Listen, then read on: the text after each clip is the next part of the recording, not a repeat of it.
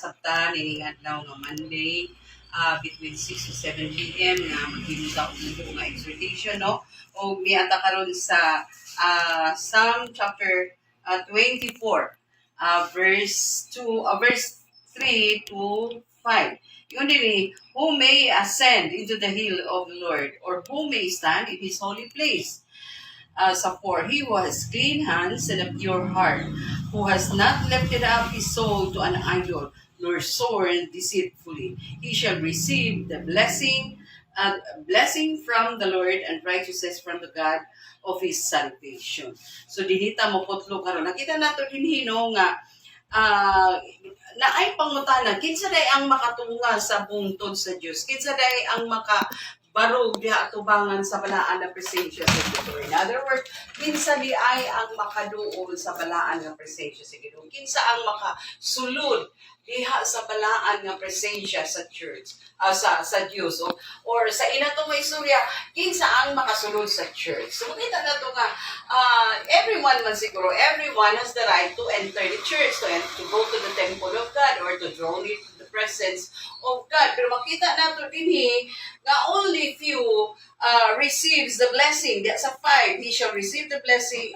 He shall receive blessings from the Lord and righteousness from the God of his salvation. So makita nato nga katurag yun, no, only few gamay ra gyud ang dawat sa panalangin tungod kay gihisgutan man dinhi no nga he who sa verse 4 ingon siya nga limpyo og kamot unya may hingpit nga kasing-kasing og wala nagsimba og Dios og siya nga wala nagsulti og baka. So makita nato nang naa nga only few di ay katulang giskutan din na only few receives the blessings. Although everybody has the right to come in, everybody has the right to go, to draw near, to God's presence, to enter into the temple or to go to church, but only few receives the blessing.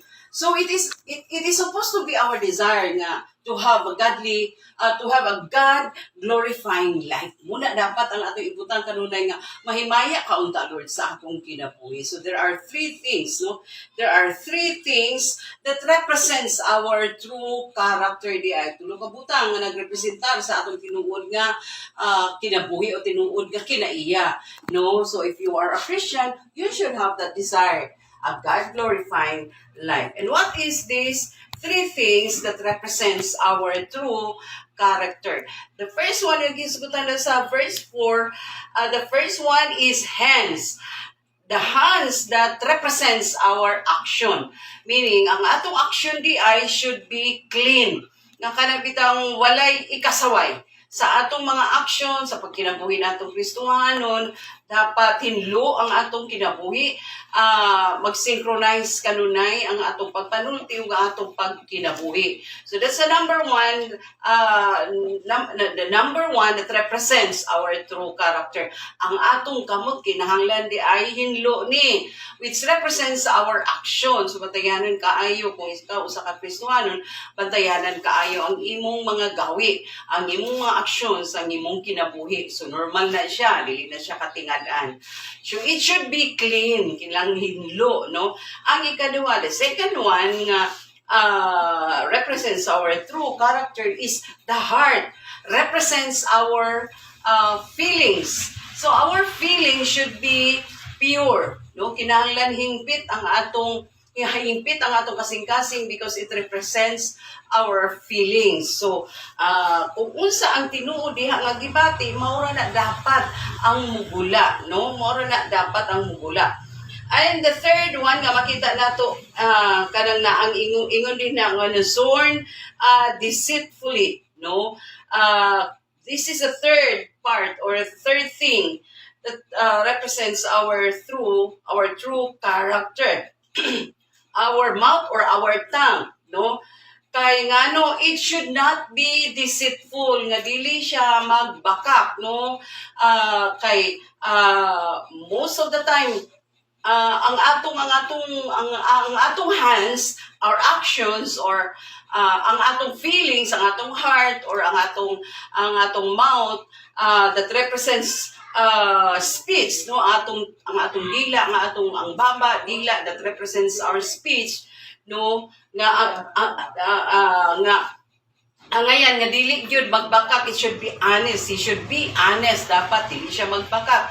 Because sometimes manggo dili ni ga-synchronize, no, our actions, our feelings, our speech usahay dili ga-synchronize kay whatever it is inside pwede nato nga ilimod ng naa the way we act, no, malimod nato sa tao but diha sa Ginoo dili man gyud malimod, no, kung unsa ang naasulod sa atong kasing-kasing.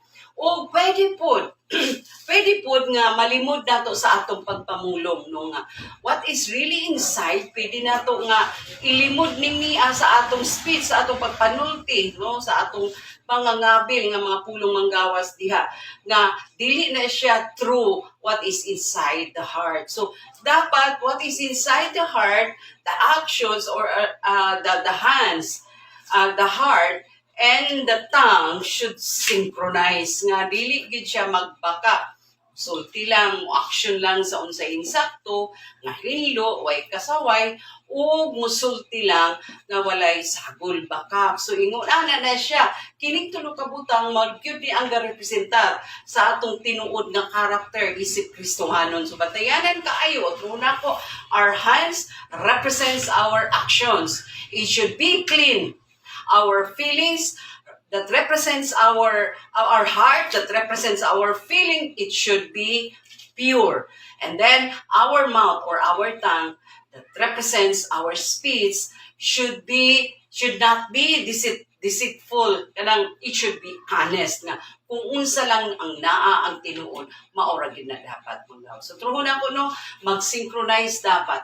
If you are a Christian, your actions, your feelings, and your speech mag-synchronize na. Walay bahid nga baka, walay sagol nga baka, kinahanglan pure ang imong kasing-kasing kung unsang tinuod gibati, maura gid na nga di ang imong mouth pod dili pod deceitful. Kinahanglan malinglahon kay sa nga tanan, no, usahay ang mouth nato, ang tongue nato.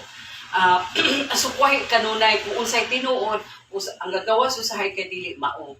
So bantayanan kaayo if you are really a true Christian, kining tulo ka butang, your hands which represents your actions, your heart represents your feelings, your tongue or your mouth represents your speech, no. So munang tulo ka butang nga bantayanan kaayo kung ikaw Kristohanon tungod kay diha ka sukdon sa Ginoo o sa tao. Amen. Naat ka natin na putlo karon, dili nga kagabiyon sa kamubo sa atong exhortation. God bless us all until next Monday between 6 to 7 p.m. God bless us.